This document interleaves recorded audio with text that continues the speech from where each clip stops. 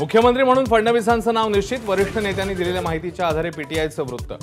उद्या किंवा परवा विधिमंडळ पक्षनेते म्हणून निवड होणार।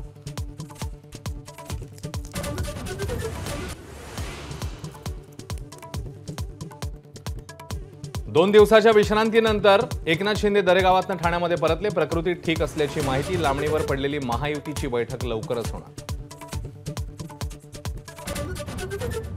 गृह खातं कोणाकडे राहणार यावरून चर्चा करून निर्णय घेऊ, शिंदेंचं वक्तव्य। भाजप शिवसेनेला गृह खातं सोडणार का याकडे लक्ष।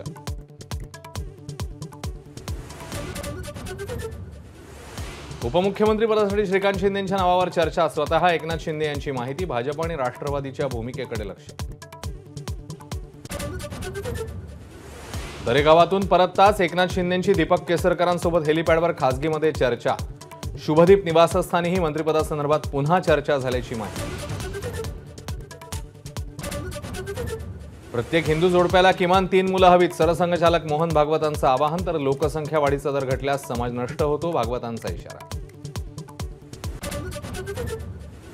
शरद पवारांच्या राष्ट्रवादीकडून जितेंद्र आव्हाडांची गटनेतेपदी निवड, तर प्रतोदपदाचा मान सर्वात तरुण आमदार असलेल्या रोहित पाटील यांना। अजित पवार महायुतीत आले नसते तर आमच्या 100 जागा आल्या असत्या, गुलाबराव पाटलांचं वक्तव्य। तर गुलाबरावांनी जुलाबराव होऊ नये म्हणत मिटकरींकडून समाचार। पक्षातल्या नेत्यांनीच गद्दारी केल्यामुळे मताधिक्य घटलं। शिवसेना आमदार संजय गायकवाडांचा प्रतापराव जाधव आणि संजय कुटे यांच्याकडे रोख। बारामतीमधील पराभवानंतर युगेंद्र पवारांचा मतमोजणी पडताळणीसाठी अर्ज। ईव्हीएम मतमोजणीवर यापूर्वीच 22 पराभूतांचा आक्षेप। ईव्हीएम हॅक होऊ शकतं हा दावा खोटा, व्हायरल व्हिडिओवर निवडणूक आयोगाचं स्पष्टीकरण।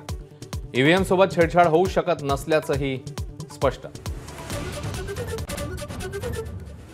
माजी सरन्यायाधीश धनंजय चंद्रचूड यांनी देशामध्ये आग लावली। संजय राऊतांचा हल्लाबोल। चंद्रचूडांमुळेच घटनाबाह्य सरकारचं संविधान विरोधी काळजीवाहू सरकार आल्याची टीका। दिल्लीची विधानसभा निवडणूक आम आदमी पार्टी स्वबळावर लढणार। अरविंद केजरीवाल यांची घोषणा। राजधानी दिल्लीत कायदा सुव्यवस्था चिंताजनक असल्याचं म्हणत केंद्रावर टीका।